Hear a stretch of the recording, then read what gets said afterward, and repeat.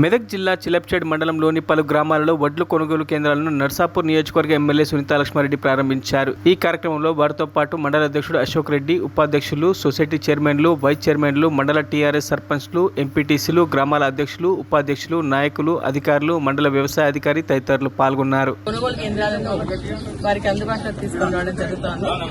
దీని ద్వారా మరి మద్దతు ధర రైతుకు నేరుగా అందేటువంటి అవకాశం ఉంది కాబట్టి రైతులందరూ కూడా విజ్ఞప్తి చేస్తా ఉన్నా, మళ్ళా పంట ఏదైతే కోసుకుంటున్నామో అదంతా కూడా ధాన్యాన్ని మరి సెంటర్లకు తీసుకొచ్చి మద్దతు ధర వచ్చే విధంగా చేసుకోవాలని చెప్పేసి విజ్ఞప్తి చేస్తా ఉన్నాం.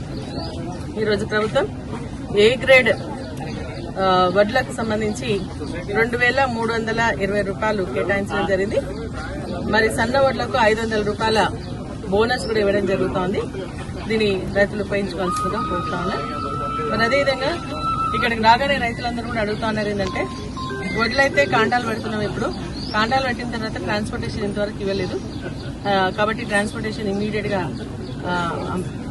ఏర్పాటు చేయాలని, రైస్ మిల్లకు తొందరగా తీసుకెళ్లాలని, మరి అదేవిధంగా రైస్ మిల్ కూడా తొందరగా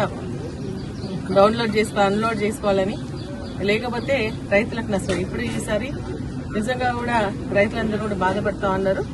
వడ్లు సరిగా పండలేదు, కరెంటు లేక, నీళ్లు లేక, మరి అతివృష్టి అనావృష్టి అన్నట్టుగా ఈదురు గాలులతోని, వైరస్ తోని మరి ఎంతైతే పంట రావాలనో అంత దిగుబడి రాక రైతులు నష్టపోతున్నటువంటి సందర్భంలో మళ్ళీ ఇంకా ఆలస్యం చేస్తే ఇంకా రైతులకు నష్టం జరిగేటువంటి పరిస్థితి ఉంటుంది. కాబట్టి ట్రాన్స్పోర్టేషన్ ఇమ్మీడియట్ గా ఏర్పాటు చేయాల్సిందిగా నేను కోరుతా ఉన్నా.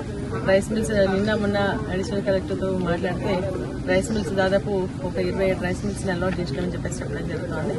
మరి రైతులు కూడా మరి ఈ యొక్క ఏదంటే ఇమ్మీడియట్ గా ట్రాన్స్పోర్టేషన్ కి సంబంధించి లారీలు రాకపోతే మరిన్ని అప్డేట్స్ కోసం మా ఛానల్ ని సబ్స్క్రైబ్ చేయండి.